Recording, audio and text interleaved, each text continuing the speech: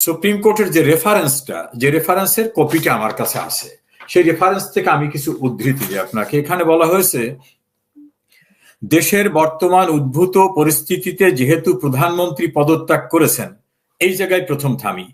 এই যে প্রধানমন্ত্রী পদত্যাগ করেছেন, এটার ভিত্তি কি? প্রধানমন্ত্রী শেখ হাসিনা কদিন পূর্বেও এই ভেরি রিসেন্টলিও বলছেন যে আমি তো পদত্যাগ করিনি। তাহলে এই প্রধানমন্ত্রী পদত্যাগ করেছেন, যিনি পদত্যাগ করেননি তিনি পদত্যাগ করেছেন, এইটা বলার কোনো অবকাশ নাই। আবার মহামান্য রাষ্ট্রপতি মানব জমিনের সম্পাদক জনাব মতিউর রহমান চৌধুরীর সঙ্গে ইন্টারভিউ দিয়ে ক্লিয়ার করে বলছেন যে আমার কাছে সেই পদত্যাগ পত্র নাই। তাহলে একদিকে মহামান্য রাষ্ট্রপতির কাছে পদত্যাগ পত্র নাই, আর প্রধানমন্ত্রী শেখ হাসিনা বলছেন যে আমি তো পদত্যাগ করিই নেই। তাহলে এই রেফারেন্সের বিগিনিং এ শুরুতে যে কথাটা আসলো যে পদত্যাগ করেছেন, এইটা আর সত্য থাকলো না। এটাকে সাস্টেইন করাবার জন্য বা এইটাকে দাঁড় করাবার জন্য, প্রমাণ করাবার জন্য বিকল্প কোনো যুক্তি এই দীর্ঘদিনে কোনো পক্ষ থেকে, নাইদার ফ্রম গভর্নমেন্ট নর ফ্রম বঙ্গভবন নর ফ্রম এনি আদার অথরিটি, কেউ কিন্তু দেখাতে পারতেছেন না যে শেখ হাসিনা পদত্যাগ করছেন। প্রথম এইটা। তারপর আসছে যে রাষ্ট্রপতি বিগত 6 আগস্ট 2024 তারিখে জাতীয় সংসদ ভেঙে দিয়েছেন। হ্যাঁ, জাতীয় সংসদ ভেঙে দিয়ে রাষ্ট্রপতি ভেঙে দিয়েছেন। সেখানেও কিন্তু আমি 2 বার এমপি ছিলাম, আমি কনস্টিটিউশনাল প্রভিশন জানি। রাষ্ট্রপতি কখন সংসদ ভাঙতে পারবেন? সংসদের সংখ্যাগরিষ্ঠ দলের নেতা অর্থাৎ প্রধানমন্ত্রীর অনুরোধ ক্রমে, অথবা যদি অন্য কোনো সিচুয়েশনটা তারও বর্ণনা আছে। এখন প্রধানমন্ত্রী তো সংসদ ভাঙতে বলেননি, তাহলে এই সংসদ ভাঙাটা বৈধ হয়েছে কিনা সেটা নিয়েও কিন্তু $1 মিলিয়ন কোশ্চেন আজকে এসেছে, যে জাতীয় সংসদকে ভেঙে দেওয়ার মতো সিচুয়েশন বা লিগ্যাল স্ট্যাটাস ছিল কিনা। আমার কাছে যেটা মনে হয় জাতীয় সংসদ ভেঙে দেওয়ার মতো অবস্থা ছিল না। তারপরে বলছেন যে সংবিধানের 48(3) অনুচ্ছেদ অনুসারে রাষ্ট্রপতি প্রধানমন্ত্রীর পরামর্শ গ্রহণ করা সম্ভব নয় এই পরিস্থিতিতে। আমি যদি ধরে নিই যে প্রধানমন্ত্রী নাই, উনি পরামর্শ গ্রহণ করতে পারছেন না, তাহলে পার্লামেন্টের সংখ্যাগরিষ্ঠ দলকে উনি কিন্তু পার্লামেন্টের অধিবেশন ডাকতে বলতে পারতেন। অধিবেশন ডাকার ভিতর থেকে উনি কিন্তু তাদের বলতে পারতেন যে আপনাদের টিম লিডার বা আপনাদের মেজরিটি প্রধান যিনি, তার সঙ্গে আমার আলোচনা করার দরকার। অথবা যদি না থাকে তো মেজরিটি পার্টি তাদের নতুন কোনো লিডারশিপ করবে কিনা সে প্রসঙ্গ নিয়ে তর্কের খাতিরে আলোচনা হতে পারত। কাজী উনি কিন্তু সেখানে সেই স্টেপসটা ওনাকে নিতে দেওয়া হয়নি বা উনি নিতে পারেননি। এরপরে আসছে সাংবিধানিক শূন্যতা পূরণে অন্তর্বর্তী সরকার গঠন করার বিষয়ে গণপ্রজাতন্ত্রী বাংলাদেশ সরকারের আইন বিচার সংসদ বিষয়ক মন্ত্রণালয়ের আইন ও বিচার বিভাগ থেকে এত স্মারকে 8/8/2024 তারিখে 106 অনুচ্ছেদে সুপ্রিম কোর্টের মতামত চাওয়া হয়েছে। এইটা আপনি আইন অঙ্গনের রিপোর্টিং করতেন, ভেরি ভেরি ইম্পর্ট্যান্ট।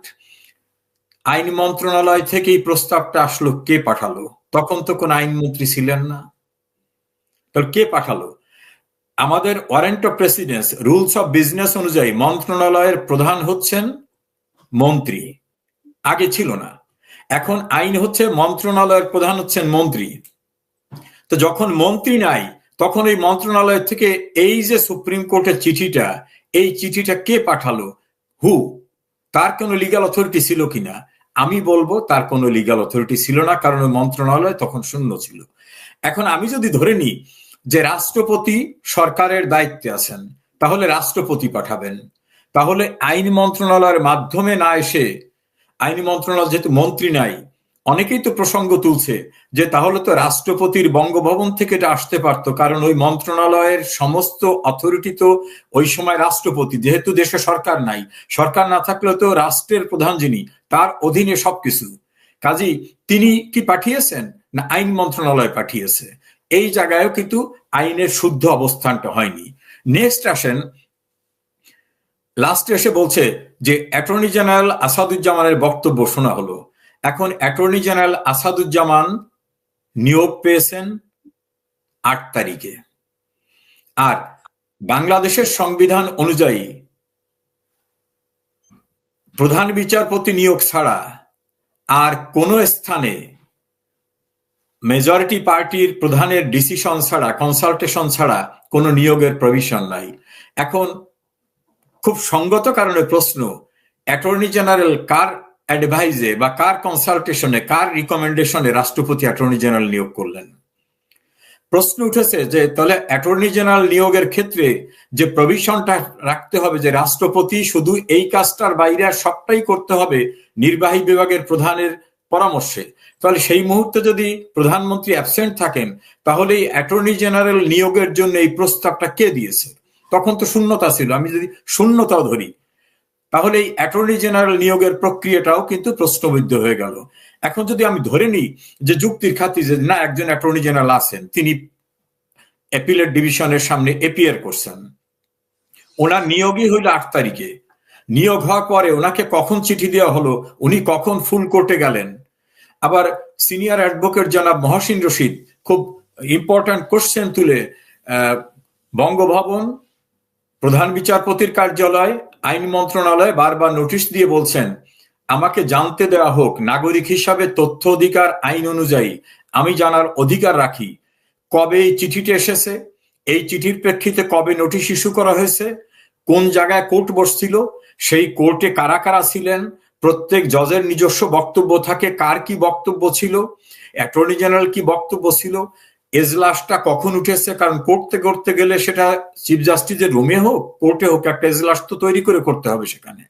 তাহলে এইটার আজ পর্যন্ত তিনি কোনো জবাব পাননি এবং তিনি খুব ক্লিয়ার করে বলছেন যে জবাব যখন দেননি তখন ধরে নিতে হবে যে এ জাতীয় প্রক্রিয়া সম্পন্ন না হওয়ার কারণেই তারা আমাকে কোনো কাগজ দিচ্ছেন না, তথ্য অধিকার আইন অনুযায়ী আমি যেটা পেতে পারি সেটা আমাকে দিচ্ছেন না।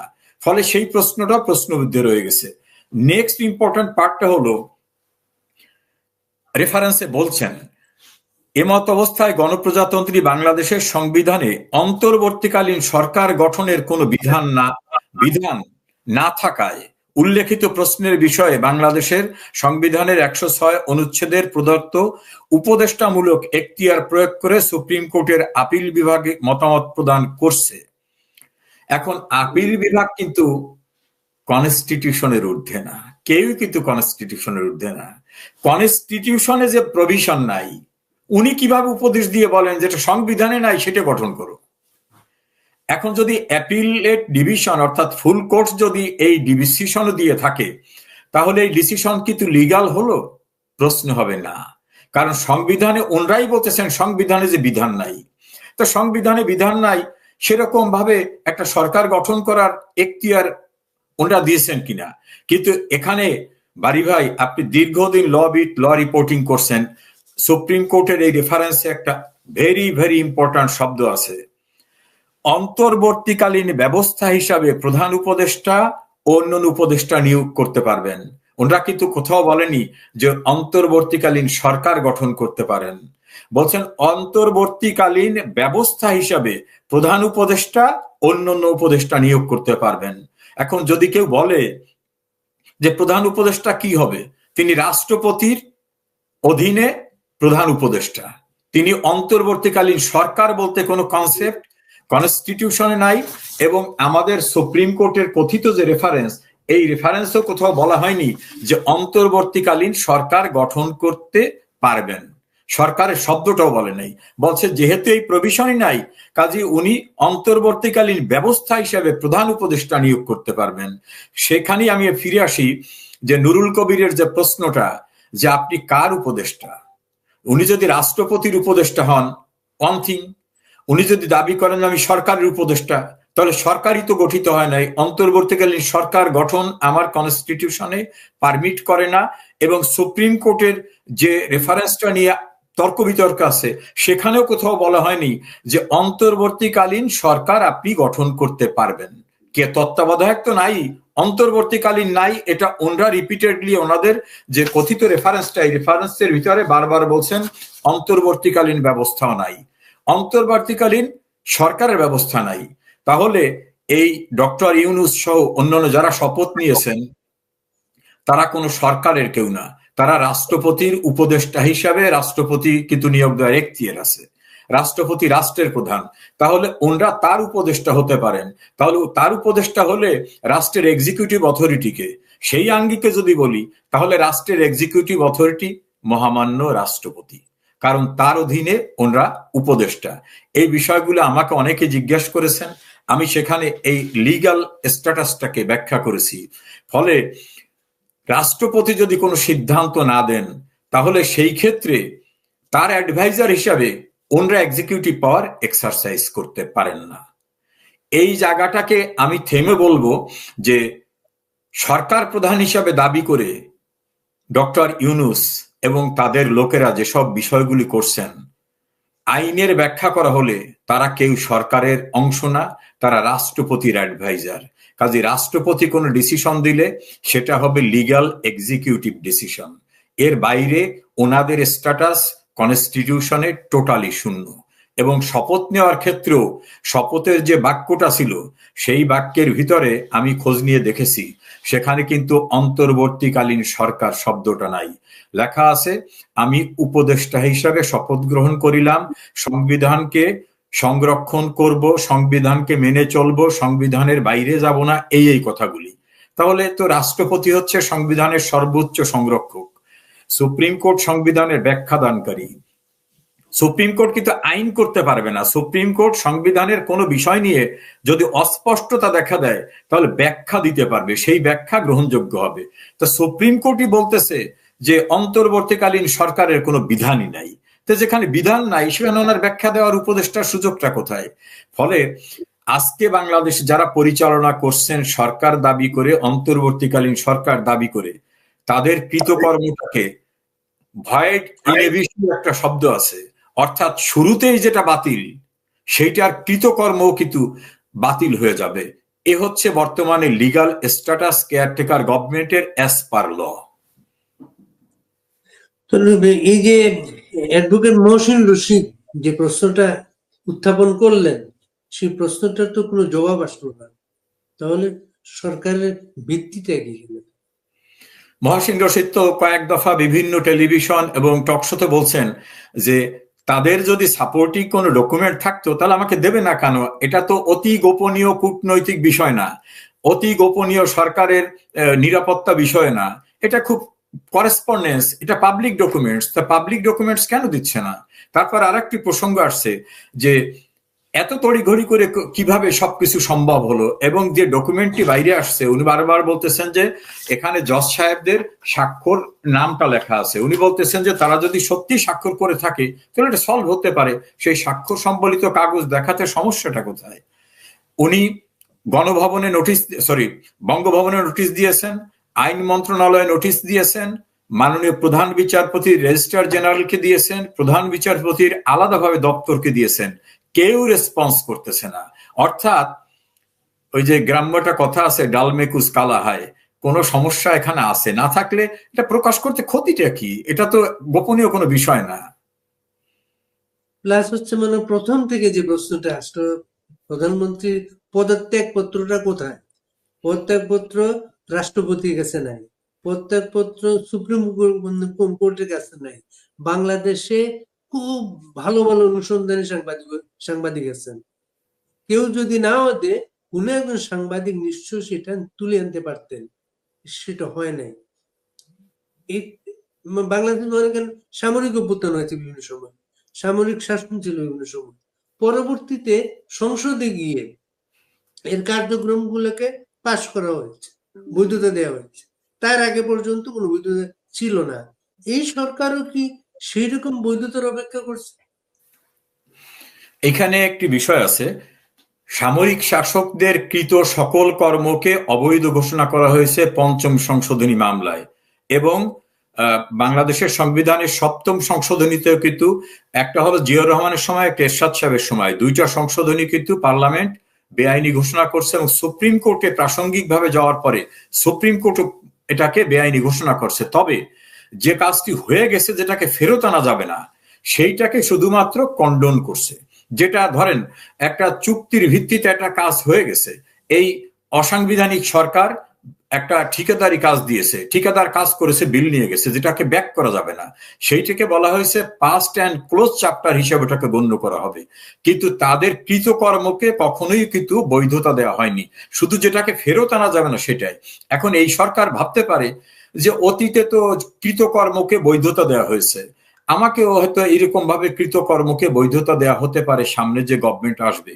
এরকম একটি স্বপ্ন তাদের থাকতে পারে, কিন্তু এরকম স্বপ্ন যদি থাকে আগামীতে কারা গভর্নমেন্ট হয়ে আসবেন আমি জানি না, কিন্তু অবৈধতাকে বৈধ করা সম্ভব হবে না। সামরিক শাসকদের রুলিংসকে দেন 16ই আগস্ট থেকে শুরু করে সিভিল ইলেকশন হওয়া পর্যন্ত 1979 পর্যন্ত যে রুলিংসটা ছিল টোটালটাকে বেআইনি ঘোষণা করা হয়েছে। একইভাবে এরশাদ সাহেবের সিভিল লাইফে আসার পরে ইলেকশনের আগ পর্যন্ত সেটাও কিন্তু বেআইনি ঘোষণা করা হয়েছে। আর সেখানে কিন্তু একটা বিষয় ছিল, মহামান্য রাষ্ট্রপতি বঙ্গবন্ধু শেখ মুজিবুর রহমান মৃত্যুবরণ করায়, তখন তাই যারা পার্লামেন্ট মেম্বার ছিলেন অন্যান্যরা তাদের ভিতর থেকে কিন্তু একজনে শপথ গ্রহণ করছিলেন, খন্দকার মোস্তাক আহমেদ। আবার পরেরটা যদি দেখেন যে জিয়াউর রহমান যখন দায়িত্ব গ্রহণ করলেন তখন জিয়াউর রহমান কিন্তু পদত্যাগপত্র নিলেন তৎকালীন রাষ্ট্রপতির কাছ থেকে। পদত্যাগপত্র শব্দটা কাইন্ডলি মনে রাখবেন। এরশাদ আসার পরে সে কিন্তু প্রেসিডেন্ট সাত্তারের কাছ থেকে পদত্যাগপত্র নেওয়ার পর যে ভ্যাকান্ট পজিশনটা ভ্যাকুয়ামটা হলো, সেই ভ্যাকুয়ামে তারা আসলেন। তাদের স্ট্যাটাসটা একরকম, আর এই ক্ষেত্রটা ডিফারেন্ট। এই ক্ষেত্রে প্রধানমন্ত্রী শেখ হাসিনা বলছেন আমি পদত্যাগ করিনি, আর মহামান্য রাষ্ট্রপতিও বলছেন যে আমার কাছে পদত্যাগপত্র নাই। কাজে তাদের যে স্ট্যাটাসটা ছিল তার চেয়ে কিন্তু খুব ওয়াস্ট স্ট্যাটাস, তার চেয়ে খারাপ অবস্থা কিন্তু বর্তমানের। এর সঙ্গে সংযুক্ত হলো যে এখানে কোনো সরকার গঠন করা হয়নি, কারণ সুপ্রিম কোর্ট সরকার গঠন করার কোনো পরামর্শ দেননি, আর কনস্টিটিউশনে সরকার গঠন করার কোনো অন্তর্বর্তী সরকার গঠন করার কোনো প্রভিশনও নাই। এবং যখন শপথ হয়েছে সেখানেও কিন্তু আমি অন্তর্বর্তীকালীন সরকারের প্রধান উপদেষ্টার দায়িত্ব নিলাম এই কথা বলার অবকাশ ছিল না, কারণ সুপ্রিম কোর্ট রেফারেন্স ওটা বলেনি। কাজে পূর্বের চেয়ে খারাপ অবস্থা কিন্তু বর্তমান যারা ক্ষমতা আছে তাদের। চিরদিন তো এই অবস্থা থাকবে না, একদিন কিন্তু আইনের মুখোমুখি দাঁড়াতে হবে। সেই সময় তাদের লিগাল স্ট্যাটাসটা জিরো হবে, তাদের কৃতকর্মটা অন্যরকম হবে। এইখানে সংবিধানের একটা বিধানের কথা আমি বলি। আমাদের সংবিধানের 7 হচ্ছে খুবই উল্লেখযোগ্য একটা অনুচ্ছেদ। এই 7-এর 2-তে বলা হয়েছে এই সংবিধানের মূল স্ট্রাকচারের বাইরে কোনো আইন করা যাবে না। যদি কোনো আইন করা হয় সেই আইনের যতটুকু এই সংবিধানের বিধানের সঙ্গে সাংঘর্ষিক ততটুকু বেআইনি বলে ঘোষিত হবে। অর্থাৎ ঘোষণা করা লাগবে না, অটোমেটিক্যালি বেআইনি হবে। যে সংবিধানে যেটা নাই সেটা যদি আমি ফজলুল বারী সবাই মিলে যদি পাশ করি তাতে ওটা বেআইনি। এখন এর সঙ্গে নতুন যে বিধান যুক্ত হয়েছে সংবিধানে 7-এর এতে বলা হয়েছে এই সংবিধান দেশের সর্বোচ্চ আইন, এই সংবিধানকে সকলের অনুসরণ করতে হবে। যদি কোনো ব্যক্তি বা প্রতিষ্ঠান এই সংবিধানের বিধিবিধানকে ভঙ্গ করেন অথবা এই সংবিধানের প্রচলিত নিয়মকে অস্বীকার করেন বা এই সংবিধানের বিধিবিধানকে অস্বীকার করতে কাউকে অনুপ্রাণিত করেন, সমর্থন করেন, অনুসমর্থন করেন, তাহলে তার কৃতকর্ম হবে সংবিধান লঙ্ঘন। সেটাকে বলা হবে রাষ্ট্রদ্রোহিতা, আর রাষ্ট্রদ্রোহিতার সর্বোচ্চ সাজা মৃত্যুদণ্ড। এখন এই সরকার কিভাবে গঠিত হয়েছে? তাহলে সংবিধানের বিধিবিধান হয় নাই। তাহলে কনস্টিটিউশনের আর্টিকেল 7A-তে যে বিধান আছে যে এই সংবিধানের যে বিধিবিধান এর বাইরে অথবা এই বিধিবিধান ভঙ্গ করা অথবা এই বিধিবিধানকে অস্বীকার করা অথবা এই বিধিবিধান ভঙ্গ করতে কাউকে সমর্থন করা বা অনুসমর্থন করা সবটাকেই ধরে নেওয়া হবে রাষ্ট্রদ্রোহিতা। তাহলে আমি যদি সেই জায়গার ব্যাখ্যা আসি সাংবিধানিক বিষয়ে একজন আইনজীবী হিসাবে, আইনের ছাত্র হিসাবে, তাহলে আপনি সংবিধান সমুন্নত রাখবেন বলে শপথ নিলেন, আর সংবিধানে যেটা নাই আপনি সেটা দাবি করে বললেন আমি অন্তর্বর্তীকালীন সরকার, তাহলে আপনার কৃতকর্মটা তো সংবিধান ভঙ্গ হলো না? তো সংবিধান ভঙ্গ হলে আর্টিকেল 7A অনুচ্ছেদের যে অপরাধ সেই অপরাধকে আপনি করলেন না। স্বাভাবিক প্রশ্ন হবে সেই অপরাধটি সংগঠিত হয়ে গেল। সমর রেজাউল করিম প্রায় 7-8 মাস পরে এসে খুব গুরুত্বপূর্ণ সাংবিধানিক প্রশ্ন আপনি সবার সামনে নিয়ে এসেছেন।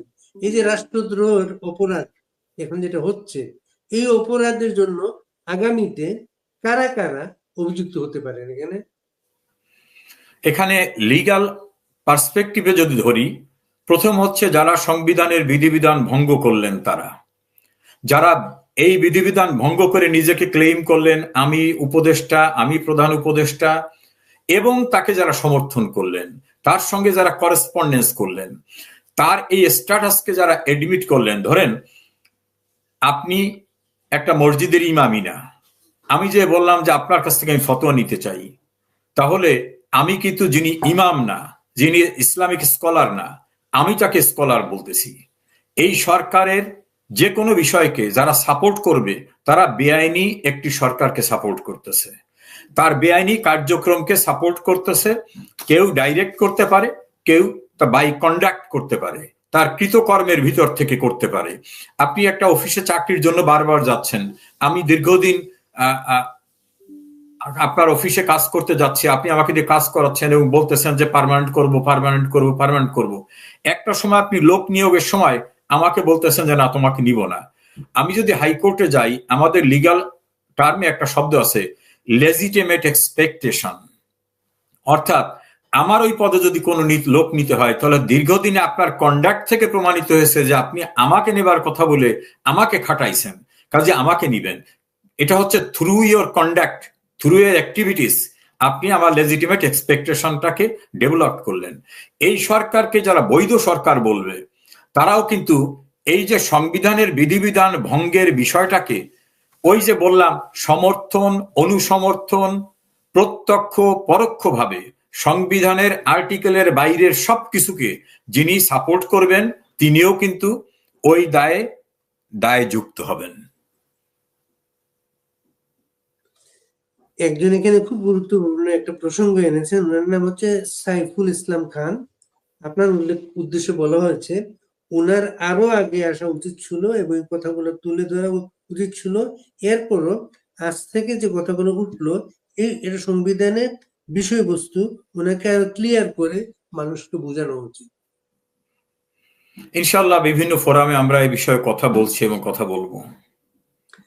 সমাজ করিম, আপনি কি মনে করেন এইসব বিষয়, আপনি যে প্রশ্নগুলো আনলেন, সরকারের ভেতরে, প্রশাসনের ভেতরে যাদের মনে প্রশ্নগুলো আছে, তারা কি বিষয়টাকে আড়াল করার জন্য এই যে জুলাই ঘোষণা,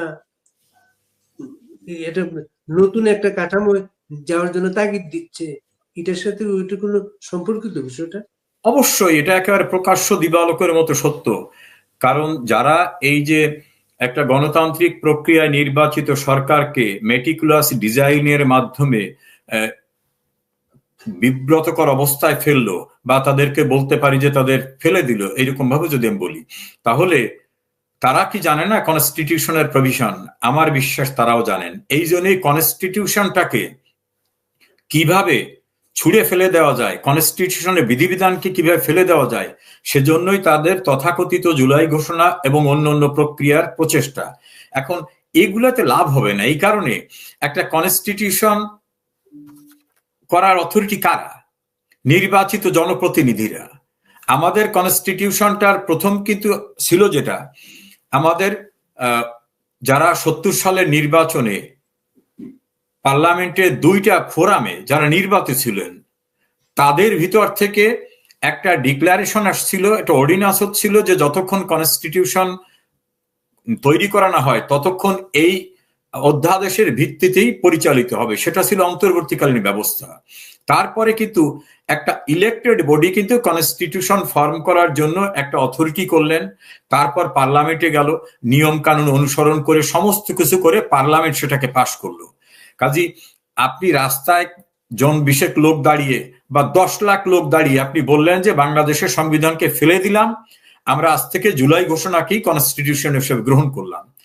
এটা গায়ের জোরে করতে পারেন, ক্ষমতার জোরে করতে পারেন, কিন্তু এর কিন্তু আইনগত কোনো ভিত্তি নাই। পৃথিবীর কোন দেশে এইভাবে একটা ডেমোক্রেটিক গভর্নমেন্টকে ফেলে দেওয়ার পরে দীর্ঘদিন সংবিধানের অধীনে রাষ্ট্র চলবে, যারা রাষ্ট্র পরিচালনা করছেন তারা ওই সংবিধানের অধীনে শপথ নেওয়ার পরে সুবিধা মতো সময় ১০ মাস পরে এসে বলবেন যে আমরা এখন এই সংবিধান মানি না। এটা তো গ্রামের বলে চাড়াবাটি খেলার মতো জিনিস না। আর সংবিধানকে মানি না, এই কথা বলার কনসিকুয়েন্সটা কি হবে সেটাও মাথায় রাখবেন। আমাদের আইন উপদেষ্টা আসিফ নজরুল সাহেবকে একজনের প্রশ্ন করেছিলেন যে আপনারা যে বলতেছেন যে আপনার সরকারের অংশ, আপনাদের ভিত্তিটা কি? উনি, আমি যতটুকু ওনাকে দেখেছিলাম, উনি হঠাৎ একটা বিব্রতকর অবস্থায় বলেন, এই যে আন্দোলন হয়েছে, আন্দোলনের জনগণের মতামত, এটাই তো আমাদের ভিত্তি। আমার প্রশ্ন, বাংলাদেশের লোক যদি 18 কোটি হয়, তাহলে ঢাকায় আন্দোলন করছেন যে কজন, তাদের সংখ্যা কতজন? তাহলে আপনি কতজনের ম্যান্ডেট পেয়েছেন?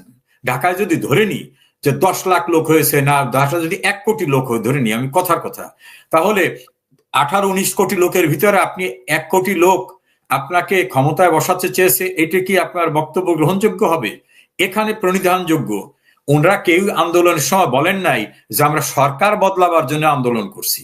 ওনারা কোটা নিয়ে আন্দোলন করছেন, সে কারণে ওনাদের কোটা আন্দোলনের অনেক সংগঠকরা এখন বলতেছেন যে আমাদের তো বলা হয়নি যে সরকার গঠন করে ওনারা উপদেষ্টা হবেন, ওনারা ক্ষমতা ভোগ করবেন, ওনারা চাঁদাবাজি করবেন। এইটা জানলে তো এদের সঙ্গেই আমরা আসতাম না। এটা হলো এক। নাম্বার 2 হচ্ছে, গঠন করার জন্য যে প্রসিডিউরটা, সেই প্রসিডিউরটাও এখানে যেটা লিগ্যাল স্ট্যাটাসটা, সেই লিগ্যাল স্ট্যাটাসকে ডাবল চেঞ্জ করা যাবে না। আপনি যদি বিগিনিং এই বলতেন যে না আমরা এই সংবিধান মানি না, কোনো কিছু মানি না, ইত্যাদি ইত্যাদি, আমরা নতুন করে একটা বিপ্লবী সরকার গঠন করব, সেটা নিয়ে আলাদা কথা বলতে পারতেন তারা। সেই জায়গাটাও কিন্তু তাদের নাই। কাজেই ওনারা কিন্তু এখন এত মাস পরে এসে নতুন করে বলে আমরা একটা জুলাই প্রোক্লামেশন দেব, এই প্রোক্লামেশন দেওয়ার অথরিটি ওনাদেরকে কে দিয়েছে? ওনাদের তো কোনো লিগ্যাল স্ট্যাটাস ওনাদের নাই। ওই জুলাই প্রোক্লামেশন বলুক, আত্মরক্ষার প্রোক্লামেশন বলুক, ইনডেমনিটি বলুক, এইটা কখনোই কিন্তু স্থায়ী কোনো রূপ লাভ করবে না। যতক্ষণ ক্ষমতা আছে ততক্ষণ চেষ্টা করবেন। ওরা ইলেকশন কমিশনের সামনে গিয়ে 200 লোকও খুঁজে পায় না। পহেলা বৈশাখ উদযাপনের বিশাল আয়োজন, সামনে ক্যামেরাম্যান এবং টেলিভিশনের সাংবাদিকরা যে পরিমাণ, দর্শক শ্রোতাও সে পরিমাণে নাই। কাজী এই সংবিধান ভঙ্গ করার মতো দুঃসাহসী ভূমিকায় যারা যাবেন, তাদের এই খারাপ বুদ্ধিতে যারা যাবেন, সবাই মিলে কিন্তু কাঠগড়ায় দাঁড়াবেন। এবং কাঠগড়ায় যে দাঁড়াতে হয় সেটা কিন্তু বঙ্গবন্ধু হত্যার পরে দীর্ঘদিন পরেও কিন্তু প্রমাণিত হয়েছে যে পরিত্রাণ কিন্তু হয় না, দর্প কিন্তু চূর্ণ হয়ে যায়। মিনহাজ আশরাফি বলে একজন একটু প্রসঙ্গ এনেছিলেন, তাহলে কি রাষ্ট্রপতি কি সংবিধান লঙ্ঘন করেছেন? কারণ উনি তো শপথ পাঠ করিয়েছেন, আর রাষ্ট্রপতিকে কি জোরপূর্বক শপথ পাঠ করতে বাধ্য করা হয়েছে? আপিল বিভাগের 7 বিচারপতিকে প্রত্যেকে বাধ্য করার শাস্তি কি হতে পারে? দেখুন, মহামান্য রাষ্ট্রপতির যে রেফারেন্সটা, সেই রেফারেন্সটাকে যদি আমি ধরে নিই, যেটা রিয়েল একটা রেফারেন্স পাঠাইছেন, সেখানে কিন্তু আমাদের সুপ্রিম কোর্ট বলছেন অন্তর্বর্তীকালীন ব্যবস্থা করার জন্য।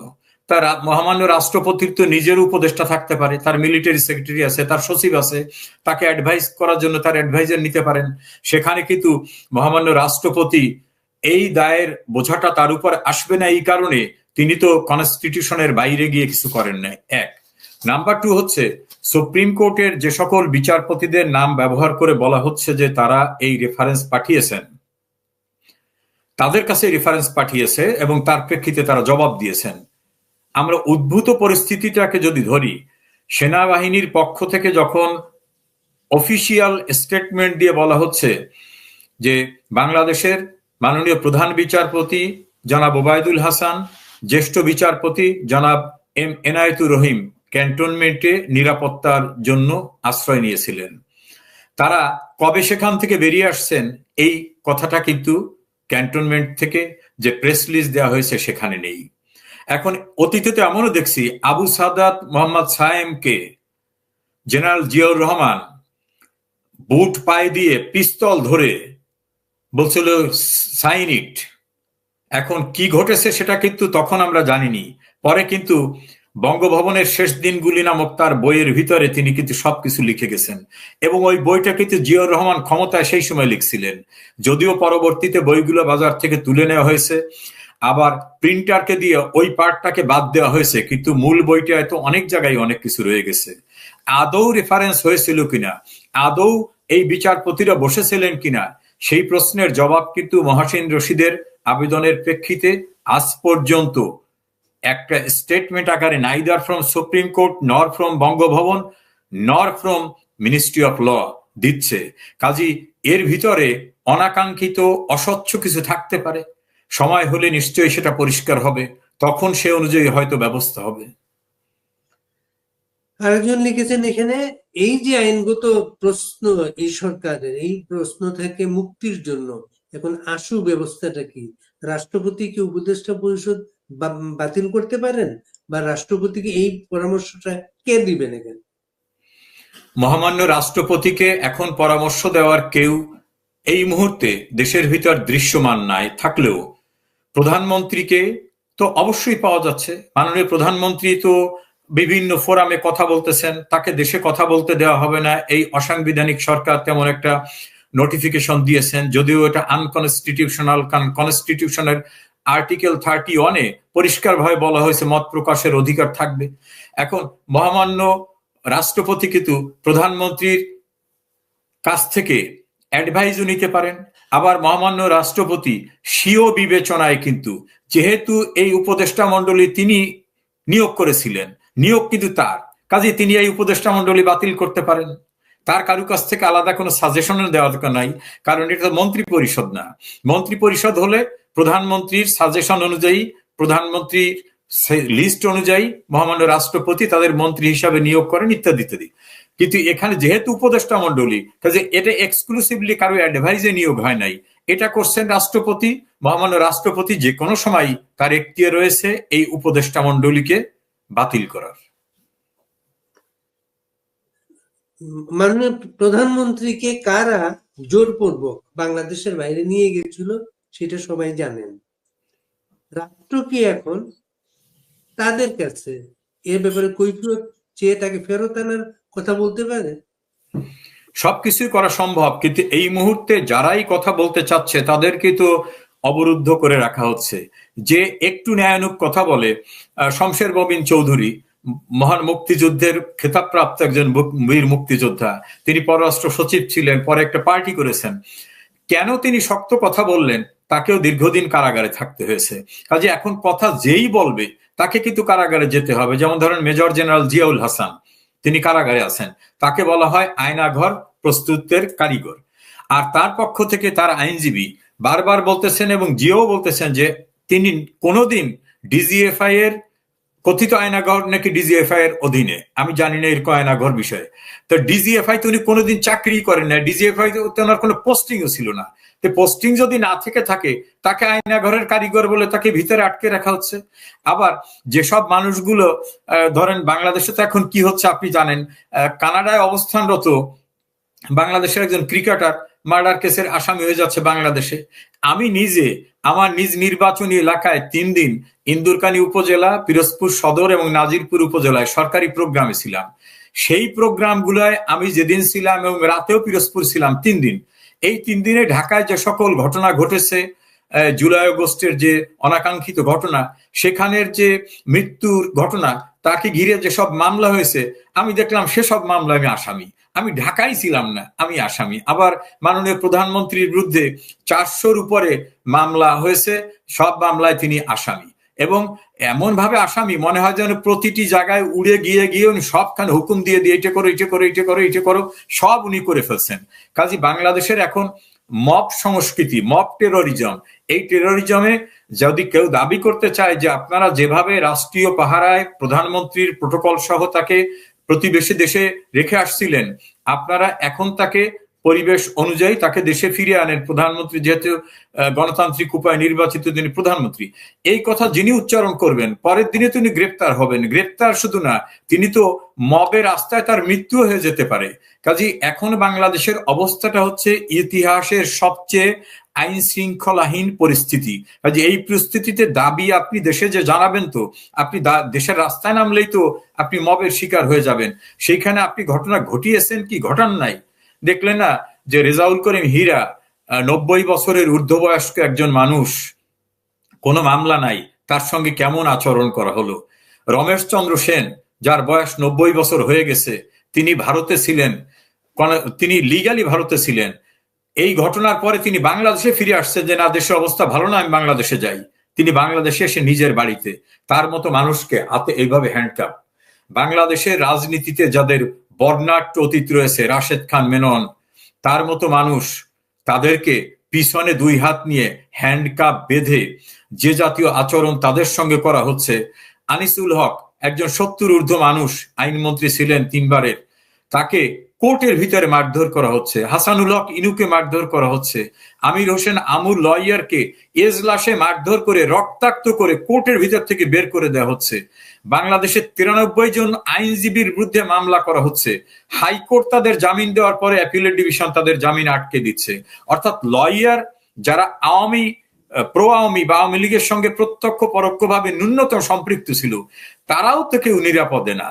ফলে বাংলাদেশে যে দাবি দেওয়ার কথা বললেন, পরিবেশ একসময় আসবে, চিরদিন কারু দর্প থাকে না, দাম্ভিকতা থাকে না।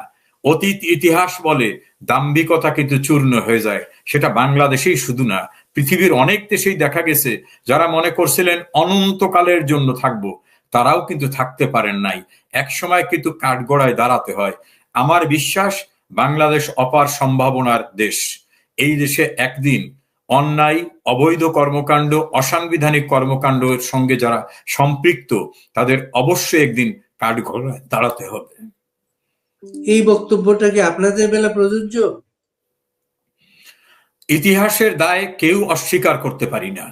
আমাদের কৃতকর্মের ভিতরে যদি কোনো ভুল থেকে থাকে, নিশ্চয়ই সে দায় থেকে আমরা তো আলাদা কোনো গ্রহের না। তবে বিদ্যমান অবস্থায় কিন্তু একপাক্ষিক হচ্ছে। ধরেন, আমি বাংলাদেশে জুলাই আগস্ট একটা আন্দোলন হয়েছে, কোটা বিরোধী আন্দোলন। এই কোটা বিরোধী আন্দোলনটার বিভিন্ন পর্যায়ে সহিংসতা হয়েছে, সরকারের পক্ষ এবং আন্দোলনকারীদের পক্ষ। এসবের ভিতরে অনেক মৃত্যুর অনাকাঙ্ক্ষিত ঘটনা ঘটেছে। এখন পুলিশের লোক যারা ডিউটি করেছে, তাদের রেসপন্সিবিলিটিসটা ছিল কি? দেশের মানুষের জীবন, সম্পত্তি, সরকারি প্রতিষ্ঠান এগুলোকে রক্ষা করার জন্য রাষ্ট্রের পক্ষে সরকার, সরকারের পক্ষে ল এনফোর্সিং এজেন্সি দায়িত্ব পালন করবে। তারা কিন্তু এটা অফিসিয়াল ডিউটি করতে গেছে।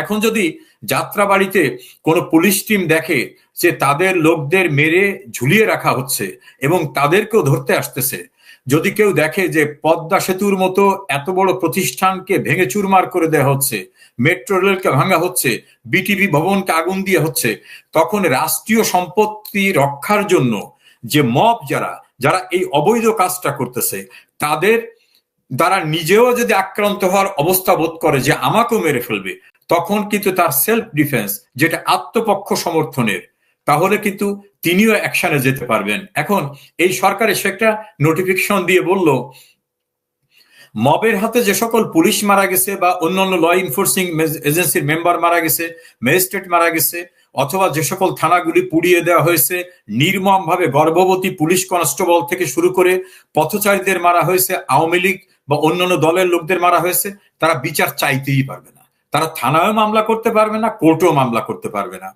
এখন আমার কনস্টিটিউশন কি বলছে? কনস্টিটিউশন বলছে nobody is above the law, everyone should be treated in accordance with law. অর্থাৎ আইনের ঊর্ধ্বে কেউ না, আইন অনুযায়ী ব্যবস্থা নিতে হবে। এখন প্রয়োজনটা ছিল উভয় পক্ষের মামলা নেওয়া। মামলা নিয়ে কোর্টে প্রমাণিত হবে যে পুলিশ যতটুকু ফোর্স অ্যাপ্লাই করা দরকার ছিল তার চেয়ে বেশি করেছে কিনা, সে কি আত্মপক্ষ সমর্থন বা রাষ্ট্রীয় সম্পত্তি বা মানুষের জীবন রক্ষায় গুলি করেছে কিনা। যদি করে থাকে তাহলে তার সেলফ ডিফেন্স আছে, যদি না থাকে সে অপরাধী হবে। কিন্তু তারা মামলাই করতে পারবে না, বিচারই চাইতে পারবে না। যেসব থানায়, সিরাজগঞ্জে আপনি দেখছেন বিভৎস দৃশ্য, সেখানে একজন কনস্টেবল সে চিৎকার করে বলতেছিল আমার গর্ভে বাচ্চা আছে, আমাকে মারবেন না, তাকেও আটকাই রেখে পোড়াই দেওয়া হয়েছে। এই বিভৎসতা, এই নারকীয়তা, এটা তো পৃথিবীর সভ্যতার ইতিহাসে কল্পনা করা যায় না। এখন এই ঘটনায় যারা জড়িত, তাদের বিচারের মুখোমুখি করা যাবে না, অন সাইডেড বিচার করা যাবে। এটাও কিন্তু অন কাইন্ড অফ ইনডেমনিটি। এই ইনডেমনিটি যারা দিচ্ছে, তারা নিজেরাই তো নিজের ইনডেমনিটি নিয়ে ভাবতে হবে, কারণ তারাই তো বৈধ না। কাজী আমরাও যদি কোনো ত্রুটি করে থাকি, কেউ কিন্তু আইনের ঊর্ধ্বে না। এই জন্য তো প্রধানমন্ত্রী শেখ হাসিনা ওই ঘটনার উপরে বিচারপতি খন্দকার দিলুরুজ্জামানের নেতৃত্বে একটি কমিটিও গঠন করে দিয়েছিলেন যে তদন্ত হোক, এবং তিনি জাতিসংঘকে ইনভাইট করছিলেন যে এই তদন্ত কমিটিকে আপনারাও এসে সাহায্য করেন। তিনি কিন্তু বলেন নাই যে এটার তদন্ত হবে না, কোনো কিছু করা যাবে না, এটা ইনডেমনিটি দিয়ে দিলাম, বৈধ সরকারের বিরুদ্ধে নামছে, এদের কিছু করা যাবে না। তিনি কিন্তু সুপ্রিম কোর্টের বিচারপতিদের সমন্বয়ে কমিটি করলেন, জাতিসংঘকে ইনভাইট করলেন। কাজী তার জায়গার থেকে কিন্তু আন্তরিকতা এবং প্রচেষ্টার কোনো ঘাটতি ছিল না। তারপরও বলবো, ইতিহাস যদি কখনো নির্ধারণ করতে হয় নির্মোহভাবে, আমাদেরও যদি কোনো দায় থাকে, নিশ্চয়ই ইতিহাসের কাঠগড়ায় সেই যতটুকু দায় আছে সে দায়ের খেসারত তো আমাদেরকেও দিতে হতে পারে।